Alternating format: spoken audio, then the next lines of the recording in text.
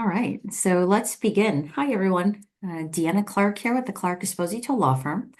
I'd like to welcome all of you for joining us this afternoon for our town hall on Importing 101, Navigating Tariffs, Duties, and Compliance. And I have with me today a special guest, Guy Bocicaut, and he is with the Haitian American Professional Association of Connecticut, along with Haiti Plus. And just to go through a quick agenda with all of you for today's town hall, we'll be continuing on with the introductions. Then we'll go into the basics of importing. I'll share with you a bonus for attending today, and then we'll have Q&A with some closing remarks. Without further ado, I'd like to introduce Guy. Guy, would you like to introduce yourself and the association? Thank you, Attorney Clark, and thank you, Gina, for putting this webinar together. Hi, everyone. Welcome, and thank you for joining us. Yes, my name is Guy Bocicaut of HAPAC, that stands for Haitian American Professionals Association of Connecticut, and we are based in Connecticut, of course, and now we've been around since 1999, and our goal primarily is to promote Haitian arts, literature, and economic empowerment in our community.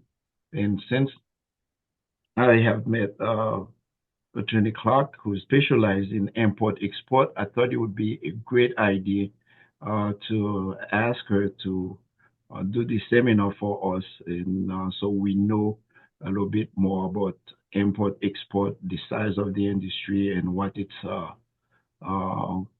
entailed, and especially in the global economy. We thought it would be of great benefit to do a seminar like that, because as we all know, everything we wear, we eat, we consume, product and services most of it come from another country. So in that case, this is why I thought it would be necessary that we do this seminar. And just for this seminar, I take a quick look. I know it was important, but it wasn't until I take a quick look at the stats on import and export and realize the size of it. Just the US alone, I believe it's $7.3 trillion, and worldwide is more than $33 trillion. So that tells you how important it is that we need to know more about import export, and that is why I thought it would be necessary to have this seminar. Thank you all for coming, and thank you again, Attorney Clark, for agreeing to do this for us. My pleasure. Thank you, Guy. Before I turn to sort of comment on your remarks, I just want to share a little bit about who we are as well at the Clark-Esposito Law Firm. Our focus is on international trade law. So we work with companies who are buying and selling goods from other countries, and we help them comply with the laws around doing those activities. U.S. customs law relates to things involving U.S. customs, right? They're not just the agency protecting people coming into the country, but also that of all goods coming into the country. Prior to 9/11, it had been part of the U.S. Department of Treasury, just responsible for collecting customs duties, which is like a tax, how we pay sales tax.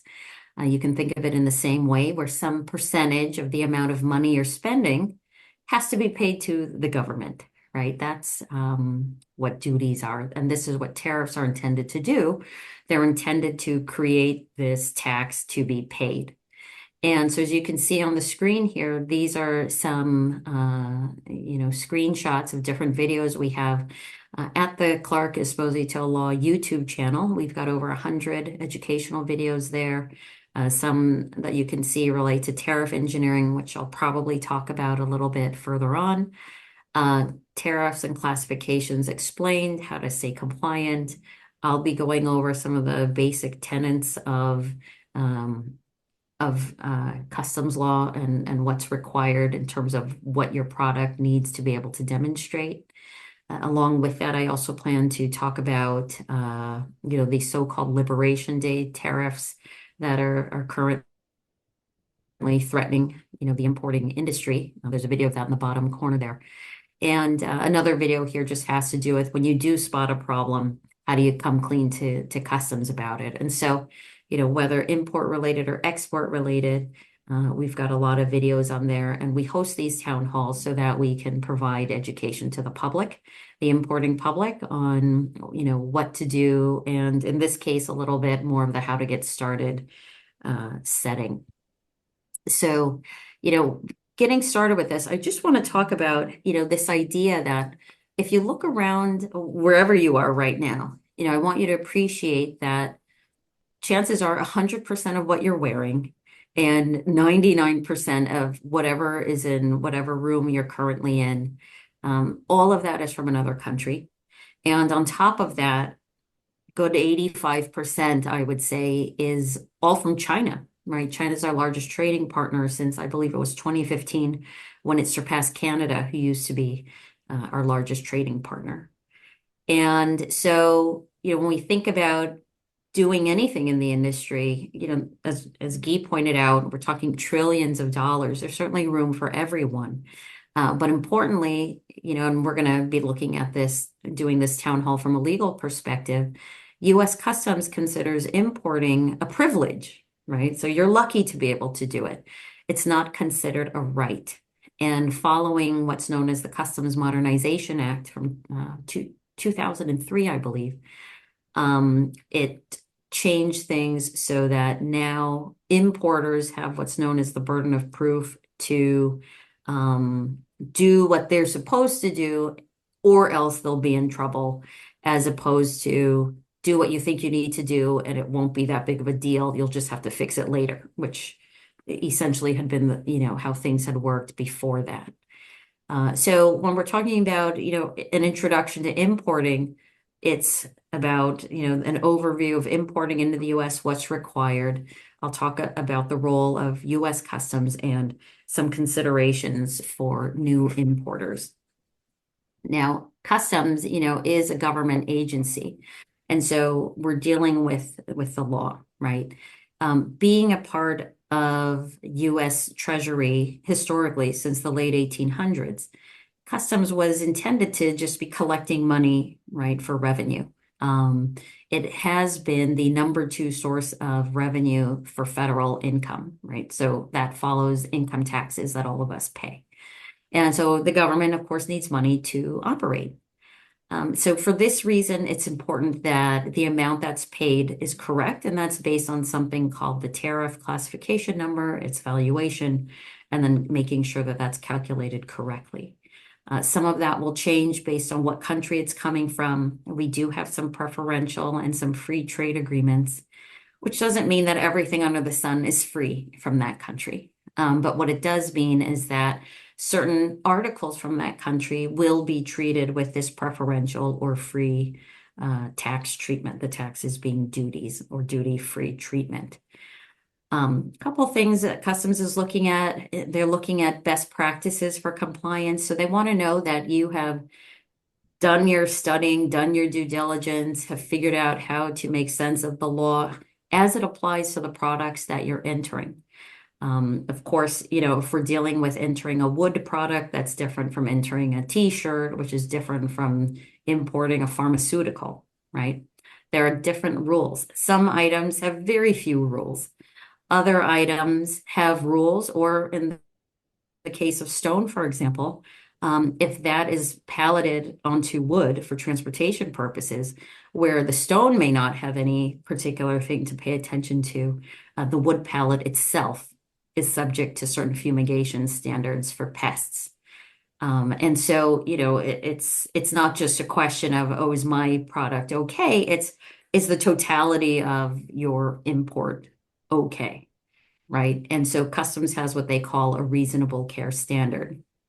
And that's sort of the baseline of where an importer is supposed to exercise what they call reasonable care, so that you're making sure you're not, for example, in the case of these wood pallets, introducing a harmful species into our eco infrastructure here in the US, for example. Another reason for compliance is really just to avoid penalties or other enforcement actions. Just as I had mentioned earlier, that importing is considered a privilege, customs can take that privilege away from you as an importer. And so we want to be, careful with that.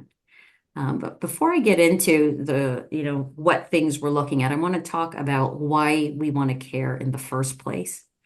And the reason why we want to care, aside from protecting the people and our planet, from a business perspective, it's about not having to pay money for things we don't need to pay money for. And one of those things are penalties that come with non-compliance. Oftentimes importers, they will break the law, but they will not intend to, right? The problem is when they do intend to, then they can run into a lot of problems. And an example of that would be where an importer would like to pay less in duties, which probably all importers are feeling right now with the changes, to the tariffs following what were known as the Liberation Day tariffs, which I'll talk about in a little bit. But an importer cannot ask its foreign supplier, hey, can you change the invoice so that it's just, everything marked $1, you change it to 50 cents. That kind of intentional act is considered fraud. And a fraudulent violation could warrant a civil penalty up to the value of the merchandise in question. One of the problems with the value of the merchandise is its which value. And customs oftentimes, it's looking at the MSRP, right? The standard retail price that would be on an item. I recall handling a case where a young couple decided to start a handbag store, and just in New York City, and they had a small child, like a year old. And so they said, you know what, we want bags, we need inventory. But instead of going themselves, they had their aunt go because she said she was already going. She can find them some bags also. And sure enough, she went to, a market. She found a bunch of really, really nice looking bags. And when the bags were supposed to arrive, this young couple learned that the shipment had been seized. And there was an allegation that there were, I believe it was 100 fake Chanel bags. Now, this was about 20 years ago when I handled this case. And so at the time, Customs said, look, the MSRP, this standard retail price, was it was $1,500 a bag. And so having 100 of them, they were then hit with a penalty of $150,000. And again, this was, just a young couple and their aunt happened to go, but the shipment came in their name, and now they were on the hook for $150,000 in penalties. Of course, as far as they were concerned, this was not a fraudulent violation, but that just gives you an example of what they can do when they do believe something is fraudulent. So the next level, a least guilty level, if you will, has to do with a claim of gross negligence, it's called. And this violation is punishable by one of several civil penalties. So you could be required to pay a penalty up to the value of the merchandise, 4 times the lawful duties, taxes, or fees owed to the government, or 40% of the dutiable value of the merchandise. So we already talked about the value of the merchandise. Or the next item here is 4 times the lawful duties. Now, I just talked about how you can think of duties like a sales tax, right? It's a percentage of the amount that you've spent. And so it would be a percentage 4 times that of whatever value came through on that percentage. Let me give an example on what I mean right now. So if this scarf that I'm wearing is subject to a 10% rate of duty, that means that for every $100 that is imported, $10, the 10%, which is the rate of duty, $10 has to be paid as this tax to U.S. Customs. And so where Customs had a claim of gross negligence, in this case, it would be, in my example, 4 times the $10 or $40. Okay. And then taxes or fees owed, or 40% of the dutiable value of the merchandise. Um, Going further down to a lower level of guilt or culpability, as the word is, would be having a claim made by customs, one of negligence. And, this lower standard, this type of violation could also have one of several penalties. So an importer would be responsible to pay up to either the value of the merchandise, 2 times the value of the duties, taxes and fees owed to the government, or 20% of the dutiable value of the merchandise. Now, something that we always try to do when we have clients come in and they've been hit with a penalty notice is what you get in the mail from them. We really try to understand the facts behind it. Had you done your due diligence and met the reasonable care standard? Is this the first time, or have there been other notices from customs? Have you, been in trouble before? Were you able to get out of something before? What really happened? And with that, sometimes, and I would say oftentimes, actually, we're able to come back to the government, explain what had happened. And again, this phrase, ignorance of the law is no excuse. That's actually, I think that was the first thing I learned in law school back in the 1990s. It's not that it's okay, right, to do something wrong.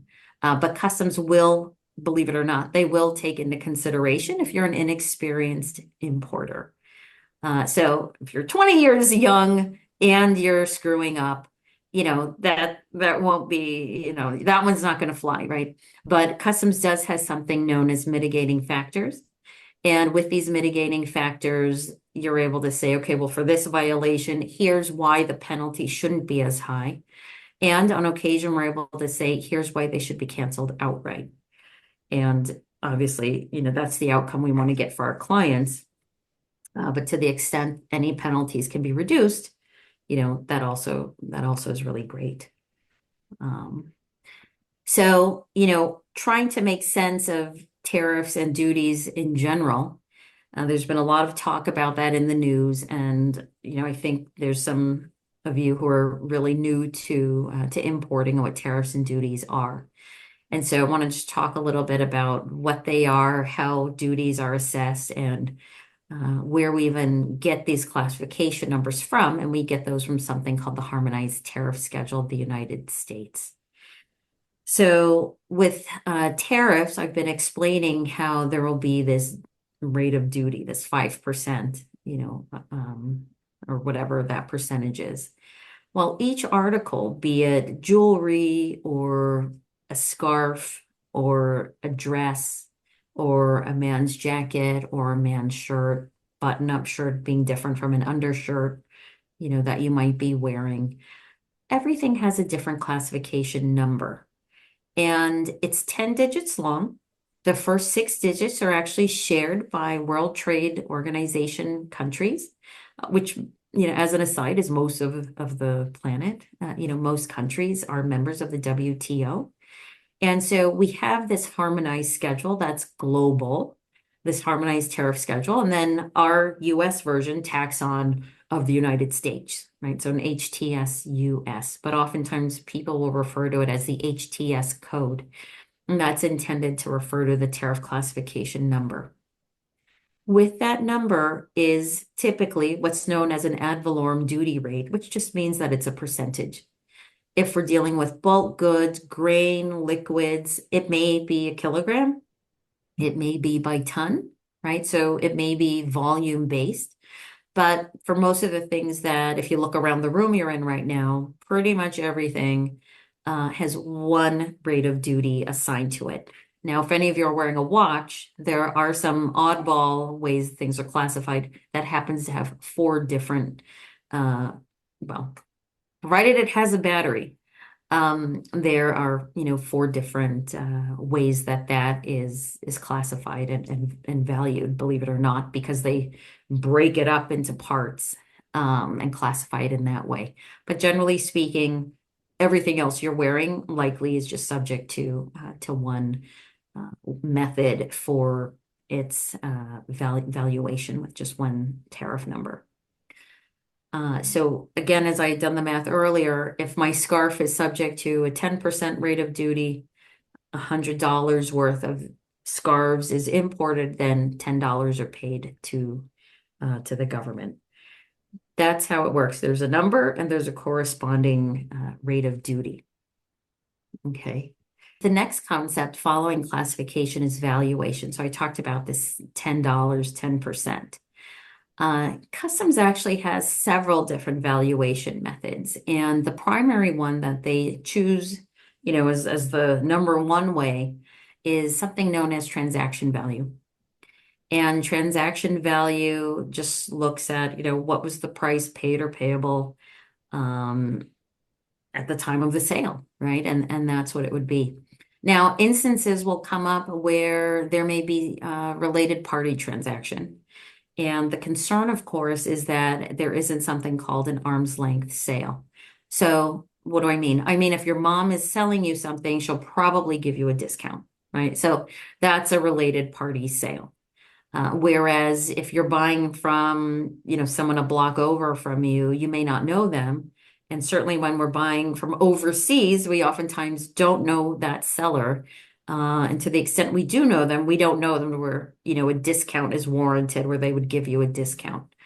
And so one of the other valuation methods would be looking at, well, how do we come up with an arm's length transaction? Because at the end of the day, customs wants to get all of the money that it can. So it doesn't want to see that instead of you paying $1, you only paid 70 cents. Because ordinarily, where we're an arm's length transaction, the dollar would need to be paid. Oftentimes, companies don't understand that customs is, they're looking at shipments. U.S. Customs has officers on the ground all over the world. They can easily check to see, oh, is that really a factory? I remember dealing with a case, a factory was supposed to be one place in Macau, and it turned out to be a juice joint. I mean, and it's like, well, hold on, this really isn't what it appears. And how would customs know? Well, it's because customs has officers on the ground around the world and in other countries. There can also be issues that come up in relation to routing. Just stepping aside from valuation for a moment, customs knows that if an importer is declaring, let's say, I don't know, 100 kilos of bananas and it's being routed, from Poland. Well, customs knows that climate can't support the growth of bananas, right? So there are different ways that shipments can be flagged just by virtue of the data given. Customs also records what's known as a manufacturer's identification number, the manufacturer's ID number. And that involves identifying the foreign manufacturer based on the country, part of its address, believe it or not. And this is a unique, I believe it's a 10-digit number that identifies a manufacturer. So we had a client, for example, their shipment got seized. The manufacturer was known to make kitchenware, and customs was claiming that this was an import of highly stylized bongs, believe it or not, and so they claimed it was drug paraphernalia. And they knew this because they'd been tracking that manufacturer with that manufacturer's ID and had been finding other seizures, detaining other goods from that manufacturer and finding drug paraphernalia. And of course, drug paraphernalia is not permitted for importation. It's considered what customs would call inadmissible, right? So not everything can come in. There's certain things that can't come in to the country. So, talking about the second bullet point here, what counts as part of the customs value? So far, I've just been talking about, 10% of this, $100, easy math, right? $10 in tax. But it's not always that black and white, no pun intended. And the reason for that is because, and I'm going to explain this concept and I'll give a caveat that it's, kind of the reverse of what we would do for income tax purposes. So if I wanted to make, headbands for girls. And I have a factory in Shenzhen, China, and they're willing to manufacture these for me. But I have these cute, some little flower that I want sewn onto it. And so I decide I'm going to send this over to them for addition onto the headband. And so they go ahead and they create this, and that little piece is added, which I've given them. Well, customs says, great, what's the value of those? Oh, 10 cents a piece? Wonderful. So when the goods are sent back to me, I now have to pay customs duties, not only on the cost of the headband, but also on that 10 cents per headband that I sent to them. And I mention IRS because ordinarily we think, well, if I've contributed something that's gone into my COGS, right? That's gone into the manufacturing cost of goods sold, then that should be a deduction. And that is true for IRS. But that is not true for US Customs. They actually consider that an addition to the value, just as they would if certain molds or tools were supplied. R&D provided, research and development provided by an importer could also be considered to be added to value. And there's something called statutory addition. So those are just legally mandated additional costs that get added in that is used as the base, or this $100 I keep referring to, against which the percentage is calculated. And so customs value may not always be as it seems. For a majority of, the items in whatever room you're sitting in, it is straightforward. Oh, this was $100, the duty rate's 10%, $10 went in customs duties. But what happens where that $100 is more, right? This is where questions can arise.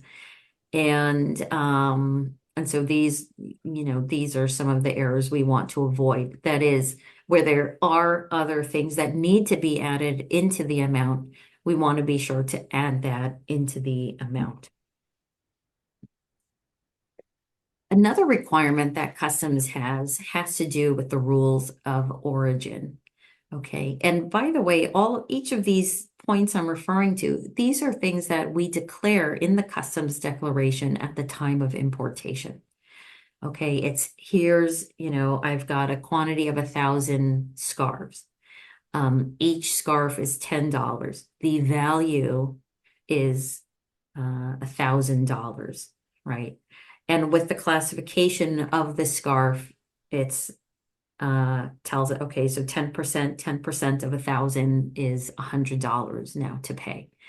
But the rules of origin can come in and mess with what I just said as well.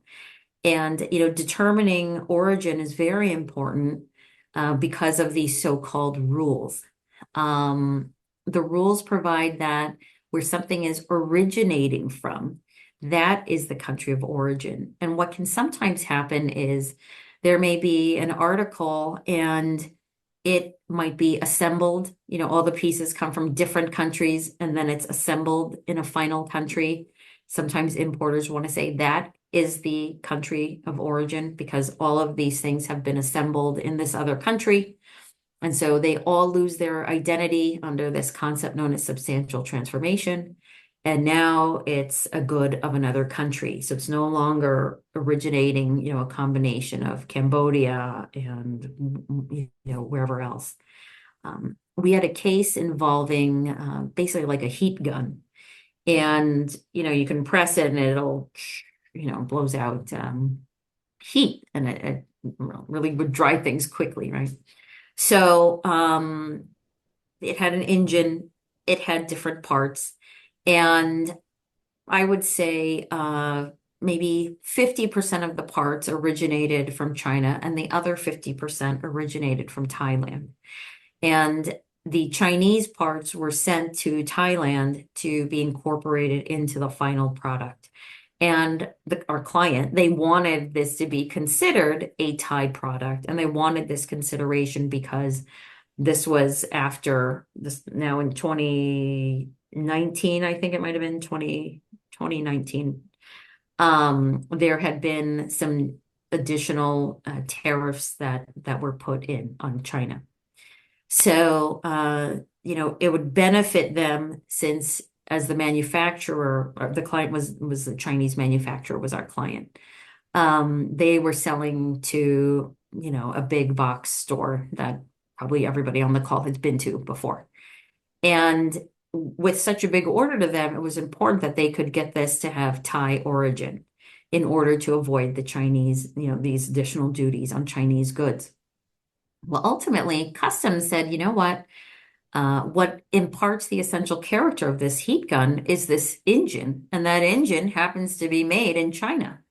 And so because of that, we cannot consider this to be of Thai origin because of this essential character and this piece having been made in China. And we'll see this also where something known as transshipment, which by the way shouldn't be done, but it's where articles, I'll use China as an example again, um, you know, um, goods will be transshipped through an African country, for example. Mauritius actually has a large denim industry, and a lot of those materials, come from China, and then they're manufactured there. But because the fabric, because the thread, because everything still originated in China, our government, our U.S. Customs still considers that product to be of U.S. origin. And when I talk about an African country, we turn to this idea of trade agreements, which I talked about a little bit ago, and preferential ones. We do have one with several African countries known as the African Growth and Opportunity Act, but we have a Moroccan Free Trade Agreement. We have one with Israel. We have one with Singapore. We have these agreements with several of the Caribbean countries, Haiti included.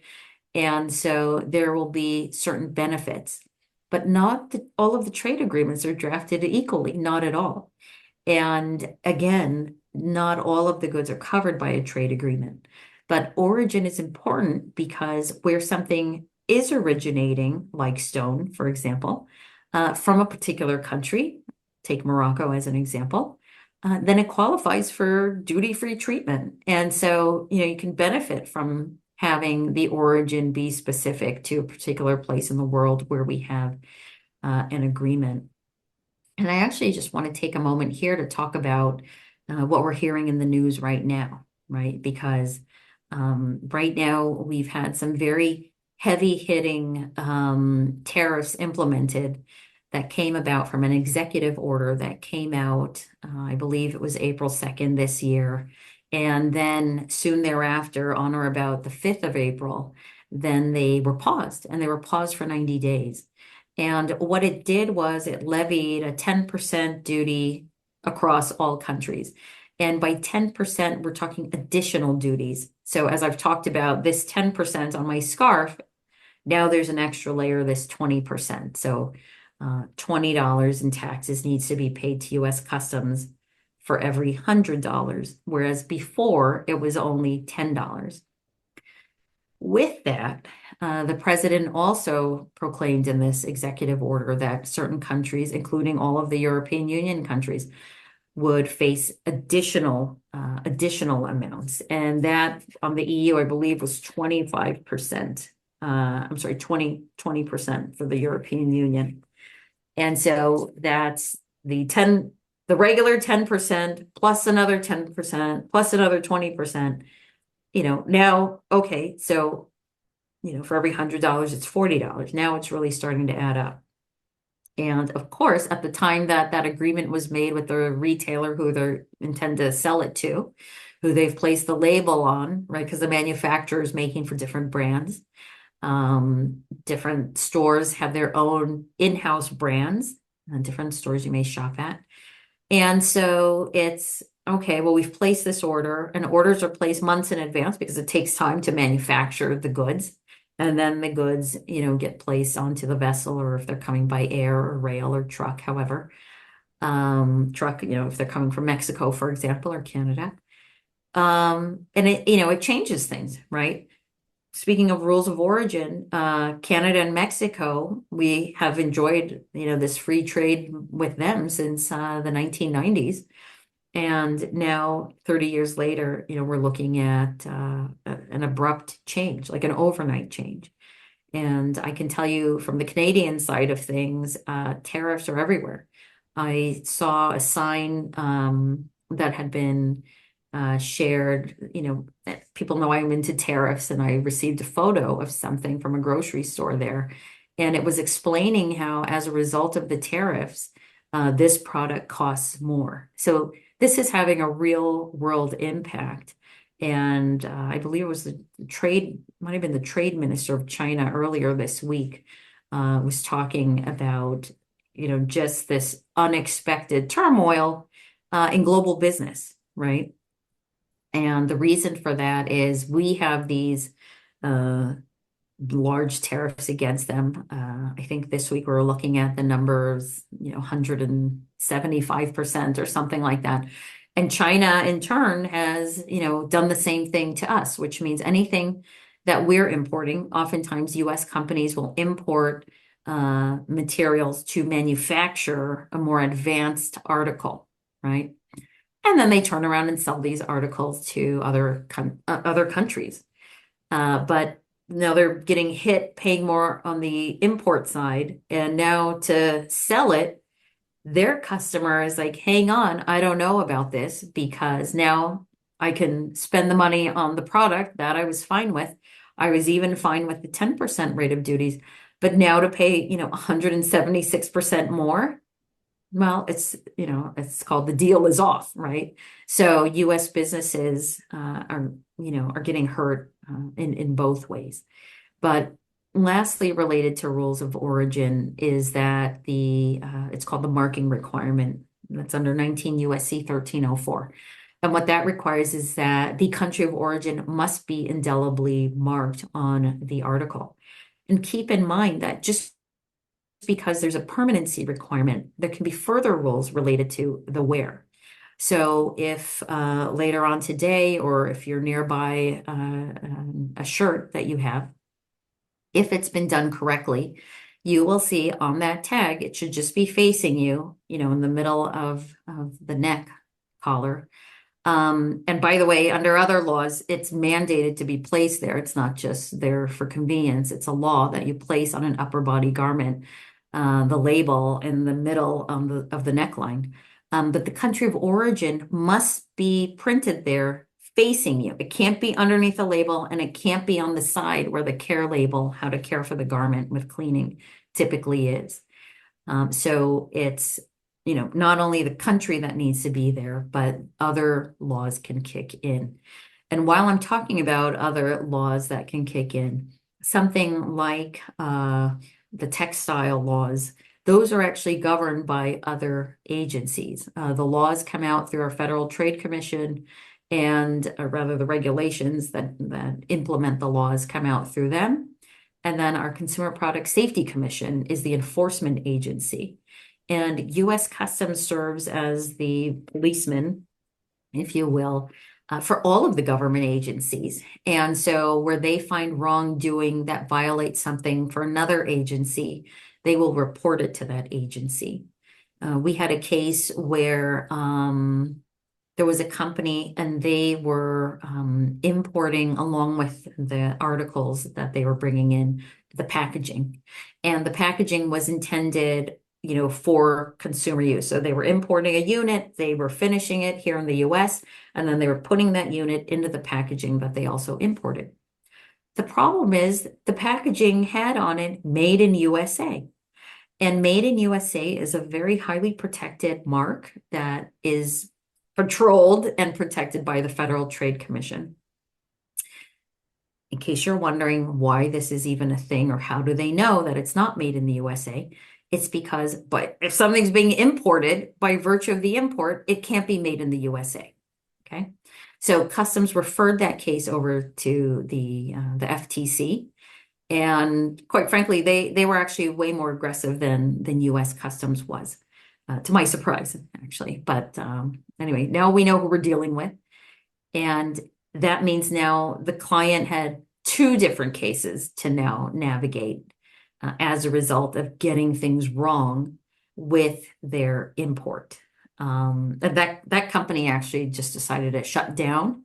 The owners were from another country. They decided to shut down and they moved back to their country. So that's what happened there.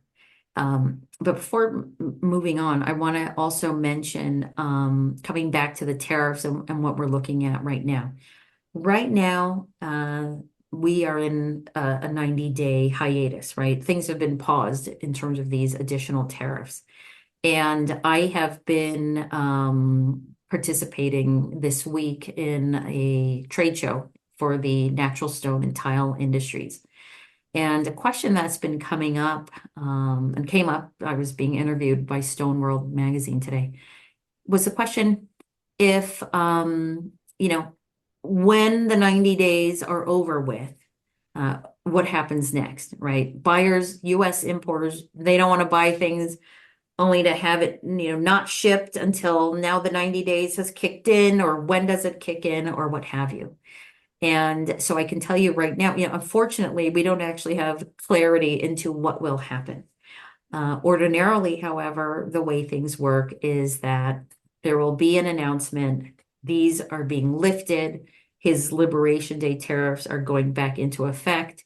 And because supposedly there are deals being made with different countries right now, the current list that we've seen won't exist anymore, right? Maybe some of our friends, like the EU countries, maybe they will fare better, right, after the 90 days. Maybe not. It may be worse. None of us know. But it's when those 90 days are up, ideally before, but customs will issue, here's how this is going to work. And so, if it's the tariffs kick in, or rather don't kick in for anything that was on a vessel or on an airplane, laden, it's called. So put onto whatever conveyance would be traveling. It does or does not apply to them. They will say, or, it may be, well, at the time, if once the goods had arrived at the port, then they're subject to one side or the other. Where goods were sold in transit. So let's say something sold while they're in transit on the high seas. Here's how it applies to those things. Customs typically will break it down for us, what applied to which thing and when. And so right now, it's just a matter of time to see, what other deals are made and whatever other thing is decided to occur. So unfortunately, there's no answer on that right now, but that is how it ordinarily would work. Okay. I just spoke about the permanency, and in relation to this concept of marking, which goes with, with the rules of origin, it's that you've got to put it on permanently. And in some cases, like in the case of a clothing label, it does have a specific place that it needs to go. Now, once the goods are actually here, of course, there's an entire process known as the customs entry process. And in this process, what occurs is that the goods are cleared through customs. So this concept of customs clearance. Customs clearance is typically done with the help of a licensed U.S. customs broker. And customs brokers, they're really smart. They get licensed by U.S. Customs. It's a very difficult test. They help importers with classification. They help prepare what's known as the entry summary. Think of it like a tax return. And with that entry summary, they declare to U.S. Customs what the goods are, what number you have, like what's the quantity, what the classification and correlating rate of duty are. And then, of course, here's the amount of duties to be paid. And where there are extra tariffs, extra duties, to be paid, they calculate that also, and they help that get paid. And they help it get paid because they set up ACH with your bank account with customs, right? So they're helping to facilitate everything you need to do with your shipment, which involves the declaration and the payment. Documentation, of course, everything listed on the customs entry is based on the commercial invoice. And this is why at the start of this, I talked about do not tell your supplier to change the invoice so that you can pay less in duties, right? That's just outright fraud. You need to have truthful documentation. And in the event, like the little item attached to the headband that I spoke about earlier, if there's something like that, that's been added, which would increase the value, that would be expected to be on the invoice as well. There are different rules for cost, insurance, and freight. Typically, an importer will do their transaction with the foreign supplier, something called free on board, FOB. These are known as Incoterms. Sometimes for smaller shipments, they will use something called DDP, duty, delivery paid. If you've ever ordered, from China, a shirt or some other small value shipment, normally that'll just show up at your house. You don't need to deal with paying duties or anything like that. Those things used to, anyway, just come through something known as this de minimis provision. But that's actually, temporarily blocked, certainly for things from China. That rule's been changed now under the current administration. So, there's the documentation, the importer of record. Now, typically, that's actually defined as the party who has a financial interest in the transaction. So if I'm buying a commercial shipment, I plan to sell it to someone, right? That's how it normally works. And so I, being the importer of record, have a financial interest in it. But what happens if you have somebody else importing for you? How does that change things? Does that party have a financial interest? Are they just helping you out for some reason that you'd prefer not to disclose? These questions can come up, and it's, well, who's really the importer of record? Because only the importer of record has the right to make entry. And so, it's normally not even an issue, right? But it can be. And this is the customs entry process. Customs does have a record keeping requirement. So they want you to hang on to records, related to your shipments, and all of those things that can be kept electronically. But if not, then, hard copy is fine. What they care about is when they come and they're doing an audit or they have questions, they want you to be able to produce the paperwork. And before getting to an audit, Customs has two ways of coming to the public and asking, importers for information. One is just called a request for information. This is on Customs Form 28, CF 28. It's oftentimes referred to. And it seems harmless, right? They're just asking you for information. The problem is what's behind that? What are they really trying to suss out, to make sense of? And, you don't really know. And so you want to answer carefully. I've had it where clients think by giving more information, that's the best way to go. And I can tell you, what you want to do is you want to give them enough information to satisfy their query and nothing more, right? Because well, we didn't even think about that. Let's go back and ask more questions.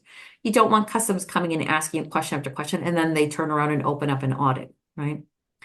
More commonly, however, after a notice of action on subsequent shipments, there will be something, it's the Customs Form 29, CF 29, and that's a notice of action. That means they've done something and you've got to deal with it. And oftentimes what that means is they have done something known as a rate advance.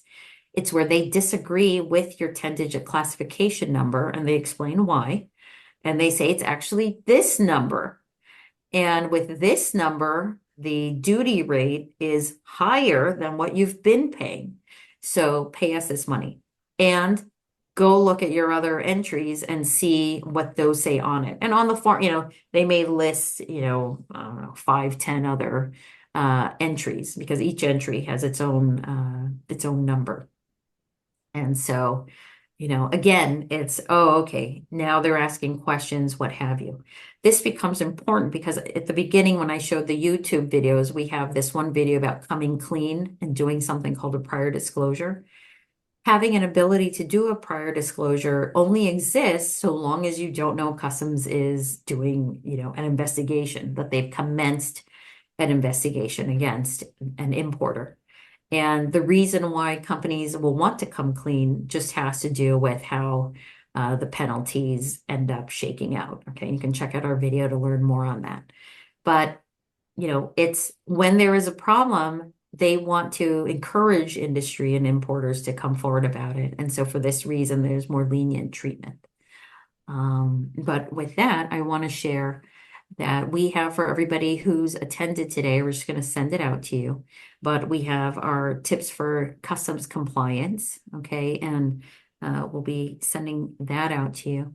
I want to thank Guy again for joining us, and for everybody, if you want to take a picture of this, who might want to connect with Guy, here is his contact information. Of course, we'll have this video, on our YouTube channel at Clark-Esposito Law, probably in the next week or so. And then for anyone who may want to speak to our office, we know oftentimes you want to just speak one-on-one with an attorney. We do have intake meetings, which are complimentary.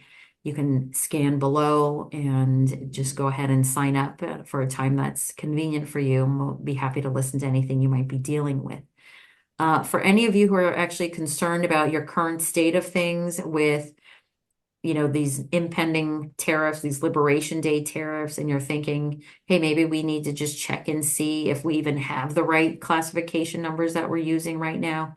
Over on the right side of the screen, we talk about our Tariff Enhance and Tariff Insure programs, which you can scan that for more information. And these are programs we have to help you understand, hey, are we even doing the right thing? And where you might want to look at ways in which to reduce your duties through this concept known as tariff engineering. Again, we have a video of that on our YouTube channel. You're able to learn more about that there. And to everyone, thank you for joining us today. I guess with that, we can wrap up today's program. Have a great evening. Thank you, Okay, Guy. thank you very much, Diana, and Thank thank you, you, Gina, and everyone. All right, take care. Subscribe and click the bell icon so you'll be the first to know when we upload a new video. Check out our playlist if you want to see more of our videos, and comment below and introduce yourself. We'll see you soon.